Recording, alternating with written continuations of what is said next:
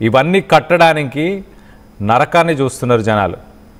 కానీ వేరే వాళ్ళకి నరకం చూపించారు మన శివమాధవరెడ్డి. పెళ్ళయి ఎన్నో ఆశలు, ఎంతో లైఫ్ను ఎంతో ప్లాన్ చేసుకొని మనం చూడొచ్చు ఎంత హ్యాపీగా కనిపిస్తున్నారు ఇద్దరు ఆ కపుల్. ఇటు నిహారిక అలాగే దేవేందర్ రెడ్డి, ఒక సాఫ్ట్వేర్ ఎంప్లాయీ. పెళ్ళయి ఒక 1 year అవుతుంది. ఆ అమ్మాయి కూడా చాలా యంగ్గా కనిపిస్తుంది, మంచి ఫ్యూచర్. ఇటు 2 ఫ్యామిలీస్ కూడా హ్యాపీగా ఉన్నాయి. అంతా బాగుంది అన్నప్పుడు విలన్ లాగా వీళ్ళ లైఫ్లోకి ఎంటర్ అయ్యాడు శివమాధవరెడ్డి. ఆ అమ్మాయిని అయితే, ఆ అమ్మాయి జీవితాన్ని అయితే నాశనం చేశాడు. సో దీనికి సంబంధించి ఒక్కసారి మరిన్ని వివరాలు కూడా తెలుసుకునే ప్రయత్నం చేద్దాం. మా ప్రతినిధి ఉదయ్ ఉన్నారు ఖమ్మం నుంచి. ఉదయ్తో మాట్లాడి అసలు ఎలా జరిగింది, దీనికి సంబంధించి మరిన్ని వివరాలు తెలుసుకునే ప్రయత్నం చేద్దాం.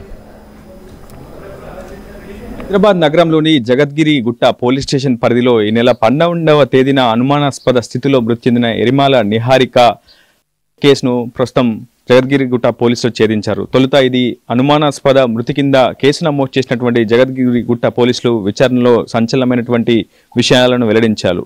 ఖమ్మం జిల్లా రాజుల దేవరపాడు గ్రామానికి చెందినటువంటి ఎరిమాల నిహారికకు దేవేందర్ రెడ్డికి ఏడాది క్రితం వివాహం జరిగింది.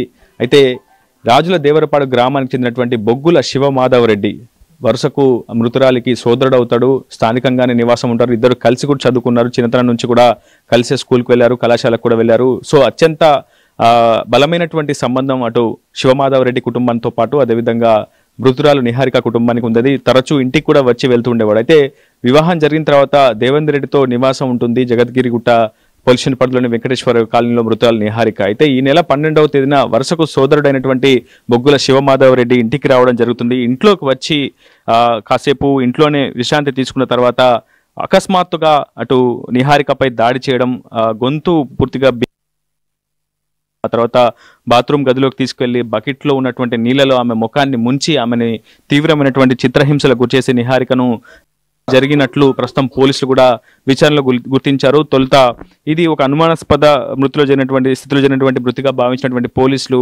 అనుమానాస్పద స్థితి కిందనే కేసు కూడా నమోదు చేశారు. అయితే సరిగ్గా 12వ తేదీన ఆ ఇంట్లోకి భర్త లేని సమయంలో నిహారిక ఒంటరిగా ఉన్నటువంటి సమయంలో ఈ నిందితుడైనటువంటి శివమాధవరెడ్డి ఇంట్లోకి ప్రవేశిస్తాడు. వారి మధ్య ఉన్నటువంటి సంబంధాల నేపథ్యంలో తరచూ కూడా ఇంటికి రావడం జరుగుతున్నటువంటి పరిస్థితి కనిపిస్తుంది. అయితే ఈ నేపథ్యంలోనే ఈ నెల 12వ తేదీకి ఇంట్లోకి వచ్చినటువంటి శివమాధవరెడ్డి అప్పటికే గతంలో దాదాపు 7 లక్షల రూపాయలు బెట్టింగ్ యాప్లు కావచ్చు, ఇతరత్ర చెడు వ్యసనాలకు బానిసైనటువంటి శివమాధవరెడ్డి అప్పుల పాలవడం జరుగుతుంది. సో ఆ 7 లక్షల అప్పును తీర్చుకునేందుకు నిహారిక ఒంటిపైనటువంటి బంగారు ఆభరణాలతో పాటు ఇంట్లో ఉన్నటువంటి నగదును కూడా ఎత్తుకెళ్లాలని ముందస్తుగానే పక్కా పథకం రచించి ఆ అపార్ట్మెంట్ కావచ్చు, ఆ ఇంటికి వెళ్లేందుకున్నటువంటి మార్గ మధ్యలో ఉన్నటువంటి సీసీ ఫుటేజ్లకు దొరకకుండా ఇంట్లోకి ప్రవేశించడం, ఆ తర్వాత ఇంట్లోకి సాధారణంగానే వచ్చినట్లు తనకు ఆకలేస్తుందని కొన్ని మంచినీళ్ళు కావాలని అడిగినట్లు తొలుత అడిగిన తర్వాత వెంటనే అకస్మాత్తుగా నిహారికపై దాడికి చేయడం ప్రయత్నించాడు. ఆ దాడిలోనే ఆమెను కూడా. అయితే ఆ సాయంత్రం రాత్రి వేళ ఇంటికి వచ్చినటువంటి భర్త అపస్మారక స్థితిలో పడినటువంటి భార్యను చూసి ఒకసారిగా కంగు తిన్నాడు. అసలు భార్య కాలు జారి పడిపోయిందని చెప్పి భావించాడు. అక్కడ నుంచి సిపిఆర్ చేసి వెంటనే ఆసుపత్రికి తరలించే ప్రయత్నం భర్త దేవేందర్ రెడ్డి చేశారు. కానీ అప్పటికే ఆసుపత్రిలో వైద్యులు నిహారిక కూడా నిర్ధారించారు. ఆ తర్వాత పోలీసులు రంగప్రవేశం చేసి అనుమానాస్పద స్థితి కింద కేసు కూడా నమోదు చేశారు. ఆ తర్వాతనే అసలు విషయాలు వెలుగులోకి వచ్చాయి. అటు ఖమ్మం జిల్లా మదిర నియోజకవర్గం ఎరుపాలెం మండలం రాజుల దేవరపాడు గ్రామానికి చెందినటువంటి నిహారిక స్వస్థలం స్వగ్రామమైనటువంటి ఆ గ్రామానికి చెందినటువంటి మా శివమాధవరెడ్డి అనే యువకుడు ఇంట్లోకి వచ్చాడని, ఇంట్లోకి వచ్చి నగదు బంగారు ఆభరణాలు ఎత్తుకెళ్లి ఆమె పోలీసులు విచారణలో తేల్చారు. ప్రస్తుతం రాజుల దేవరపాడు గ్రామంలో మనం ప్రస్తుతం ఉన్నాం. నిహారిక కుటుంబ సభ్యులు మనతో ఉన్నారు. నిహారిక సోదరి స్నేహ ఇచ్చినటువంటి ఫిర్యాదు ఆధారంగా జగద్గిరిగుట్ట పోలీసులు కేసు నమోదు చేసి దర్యాప్తు చేపట్టారు. ప్రస్తుతం నిందితుడైనటువంటి శివమాధవరెడ్డిని కూడా అదుపులోకి తీసుకొని అతన్ని కూడా రిమాండ్ చేసినట్లు ప్రస్తుతం జగద్గిరిగుట్ట పోలీసులు అయితే మీడియా సమావేశంలో వెల్లడించారు. ప్రస్తుతం నిహారిక సోదరి మనతో ఉంది, ఆమె ఫిర్యాదుదారు. ఆమెతో కూడా మాట్లాడించే ప్రయత్నం చేద్దాం. అమ్మ, ఎప్పుడు మీకు తొలుత సమాచారం ఎవరు అందించారు, అసలు మీ సోదరికి ఏం జరిగిందని చెప్పారు ఫస్ట్ స్టార్టింగ్ లో? 12వ తారీఖు బావ ఫోన్ చేశాడు. నేనే ఫోన్ చేశాను బావకి. 8:20కి అట్లా చేసినప్పుడు బావ చెప్పాడు ఇట్లా. నేను వచ్చేసరికల్లోనే అక్క తలుపు మెయిన్ డోర్ ఓపెన్ చేస్తుంది, లోపల చూస్తేనేమో అక్క వాష్రూమ్లో కింద పడి ఉంది అని చెప్పిన తర్వాత నేను ఫోన్ అట్లా చెప్పంగానే ఇక నేను బయలుదేరా. అక్కడికి వెళ్ళే టైంలో ఫోన్ చేసిన బావకు ఫోన్ చేస్తే అన్నాడు ఇట్లా అక్క అని. అక్కడికి వెళ్ళిన తర్వాత అడిగితే ఇక్కడికి తీసుకురాకముందు 4 గంటల ముందే పోయింది అక్క అని చెప్పాడు. డాక్టర్స్ చెప్పారట. అంటే నిందితుడైనటువంటి శివమాధవ్ రెడ్డి మీ ఊరి అని చెప్తున్నారు కదా, అతని ప్రవర్తన తీరు ఏ విధంగా ఉండేది?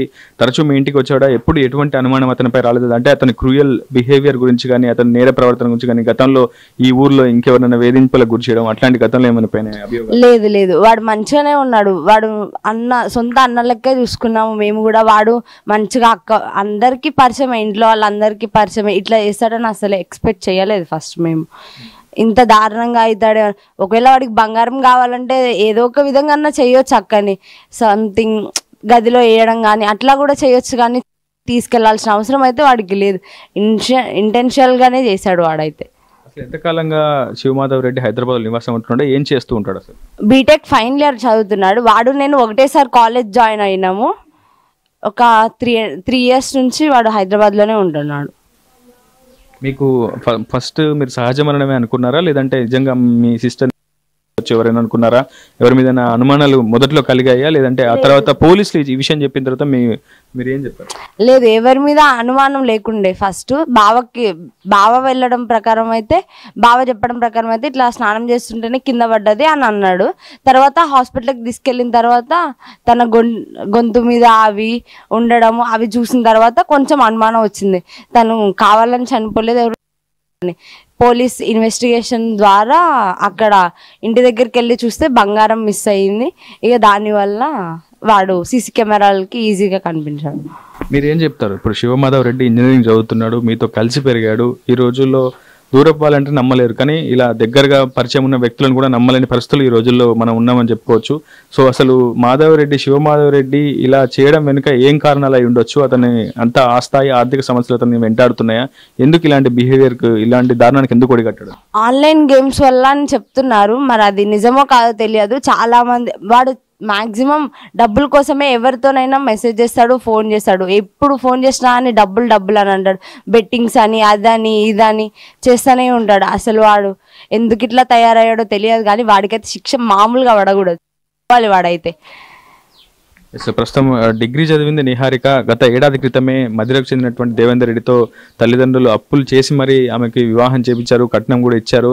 చాలా ఘనంగా వివాహం జరిపించారు. దాదాపు ఏడాది అవుతుంది, కానీ ఈ లోపే ఆమె కనరాని లోకాలకు వెళ్ళడంతో ప్రస్తుతం ఆ కుటుంబం అంతా కన్నీరు మున్నీరుగా విలపిస్తున్నటువంటి సిచ్యువేషన్. ఇదే గ్రామంలో కూడా నిందితుడు ఉండడంతో వాళ్ళంతా కూడా రోడ్డు ఎక్కలేనటువంటి పరిస్థితి. చాలా పెద్ద ఎత్తున వాళ్ళు ఆవేదన వ్యక్తం చేస్తున్నారు. ఖచ్చితంగా శివమాధవ్ రెడ్డిపై కఠిన చర్యలు తీసుకోవాలి. ఏదో సాదాసీదా సెక్షన్లు పెట్టి వారిని అరెస్ట్ చేయడం, మళ్ళీ తిరిగి బెయిల్ మీద బయటికి వచ్చే కాకుండా పూర్తిగా అతనిపై కఠిన చర్యలు తీసుకోవాలని కూడా ప్రస్తుతం ఊరివాసులు కూడా డిమాండ్ చేస్తున్నారు. చాలా మంది బంధువులు కూడా అటు ప్రస్తుతం నిహారిక ఇంటికి వచ్చారు, వారికి కొంత ఓదార్పునిచ్చే ప్రయత్నం చేస్తున్నారు.